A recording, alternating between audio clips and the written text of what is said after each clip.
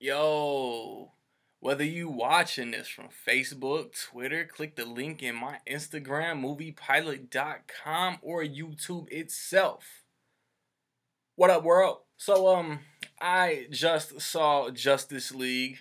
In case I haven't said it enough over the past couple weeks, man, my most anticipated movie of the year. It stars Ben Affleck, Henry Cavill, Gal Gadot, sorry, Ezra Miller, Jason Momoa, Ray Fisher, Diane Lane, Jeremy Irons, Amy Adams, Syrian Hines, and we'll leave it at that. It's directed by Zack Snyder, who directed Batman v Superman: Dawn of Justice, who directed Man of Steel, Watchmen, Sucker Punch, 300, Dawn of the Dead, 2004, and The Legend of the Guardians, The Owls of Ga'Hoole.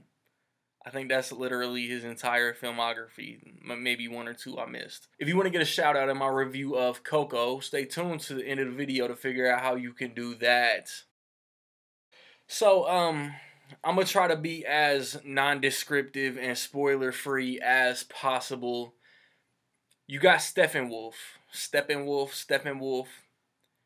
and he has an agenda. He needs items that were touched upon in Batman vs. Superman, and Batman recruits a team to carry on what Superman stood for, to stop Steppenwolf and save the world. For the most part, man, I had a lot of fun with this movie.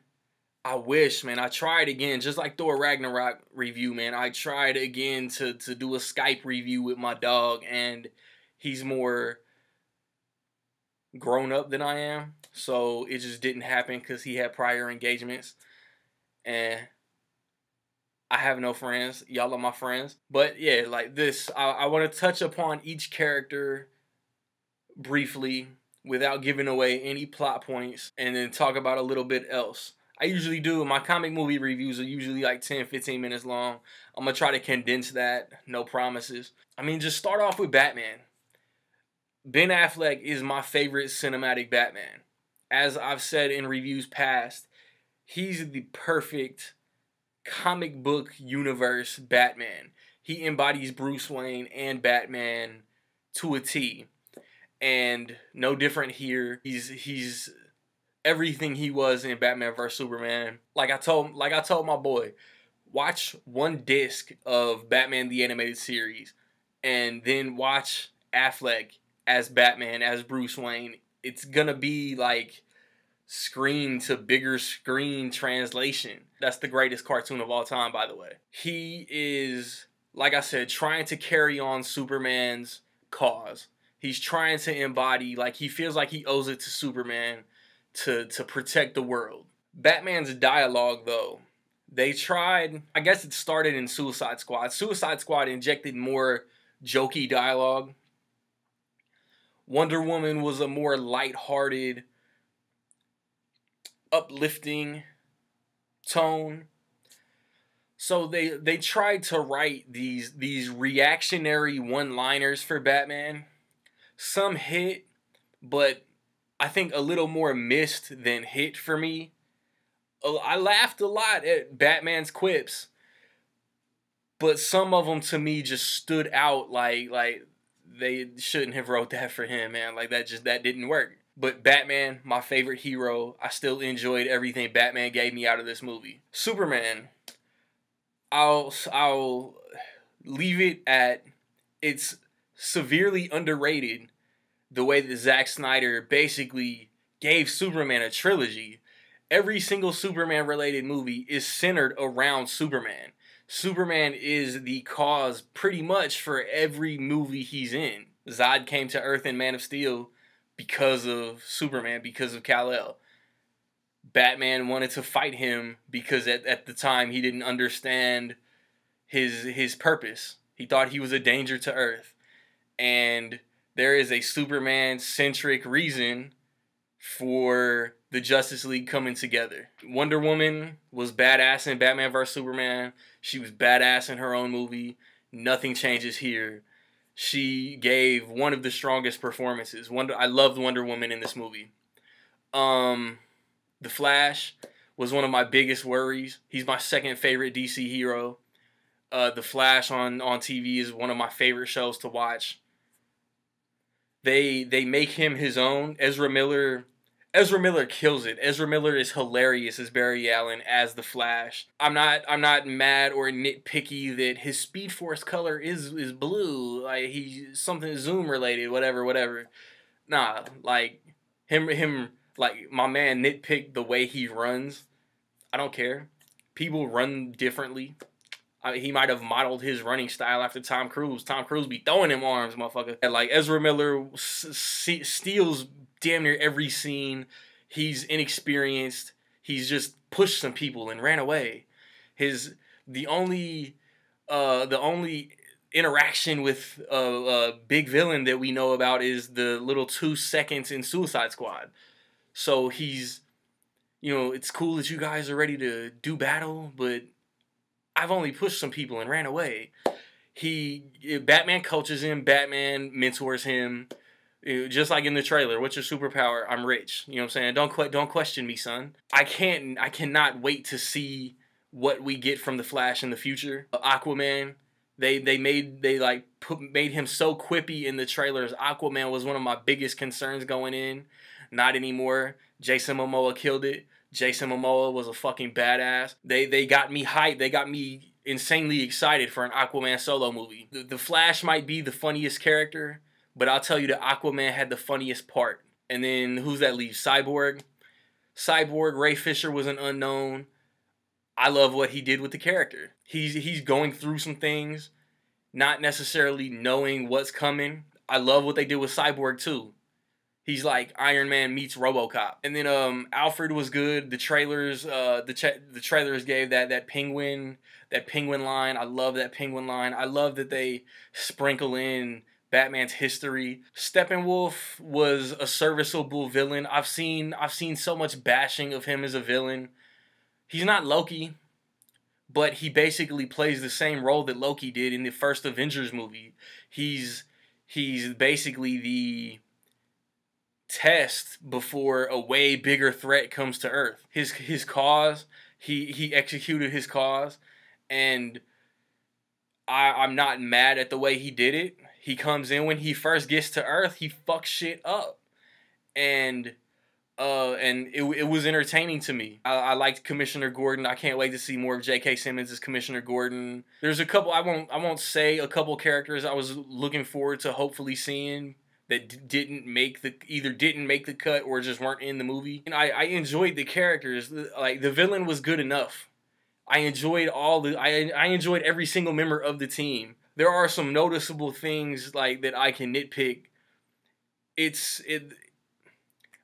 I don't know. Like I've talked to friends, and it's like if Marvel or Disney was to come at a director, don't make Infinity War hypothetically over 2.5 hours.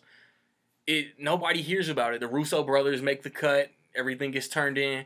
Cool. Zack Snyder has told Justice League has to be 2 hours, and it's like 2 hours and a minute. So that's fine. Warner Brothers was cool with it. It's like all this chaos and all this controversy and all these headlines. The movie is noticeably cut. There are so many scenes from the trailers that aren't in the movie.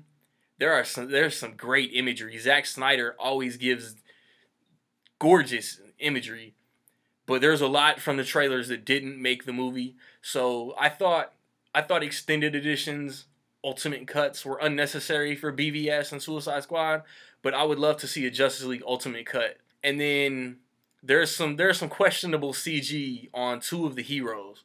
I won't say names. If you see the movie, I'm sure it'll stick out if you're checking for it, I guess. Due to being in another movie, one actor had to have CG to remove something, and it's noticeable to me. And then just I think I kind of think Warner Brothers twisted Zack Snyder's arm, and they made the tone a little lighter than his other DC movies.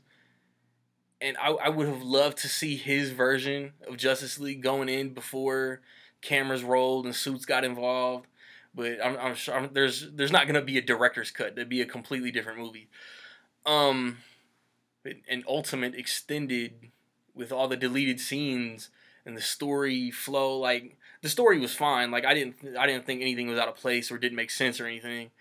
But I know there's probably like a 3-hour version of this movie out there somewhere. And also, I almost failed y'all, man. There's a mid-credit scene that is just real cool fan service, and there is a post-credit scene that is amazing. It's one of the coolest post-credit scenes I've ever seen.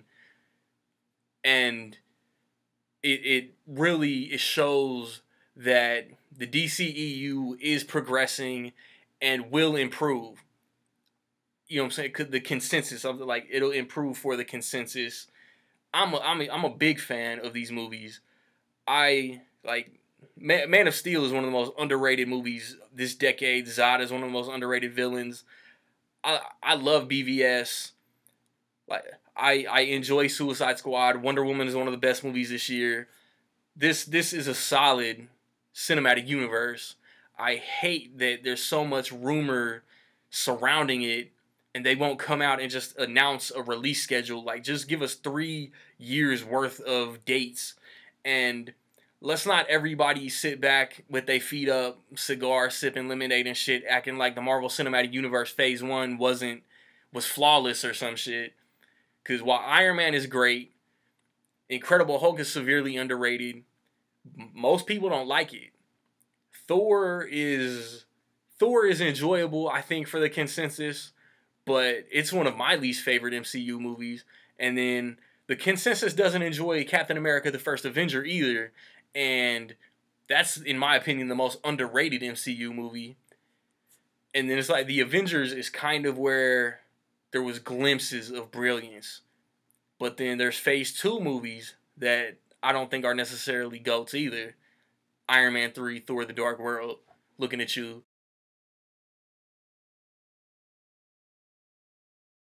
So with all that being said, man, in my opinion, I will say that Justice League is dope and a half. I really enjoyed it. I had so much fun watching this movie. I did laugh a lot. After all of that, have you seen Justice League? What did you think of Justice League, man? Positive, negative, somewhere in between, man? Let me know. I completely screwed the pooch on trying to condense this video. I have recently posted reviews for Daddy's Home 2, Murder on the Orient Express, Thor Ragnarok, A Bad Mom's Christmas. I have a movie talk on, I did like a little mini half-assed Jigsaw discussion. Check that out. I said I'm going to update my MCU list for this month, but I'm going to do a Christmas-related video because next month the movie talk will be my favorite movies of the year. I got a review for The Star coming this weekend, probably tomorrow. Coco next weekend, and then I got movie talk, like I said, and then I don't know like what I'll review when in December, but I'll do reviews in December because some dope stuff comes out. If you want that shout out, because speculation is all over the radar, within $2 million, higher or lower, how much will Justice League make opening weekend, man? Get it in Sunday, get it in before noon Central Time, be the first, be the closest, and you'll get the shout out in my Coco review, man. Like, subscribe, comment, find me where you find me. Don't know where to find me, man. Watch these credits. Peace.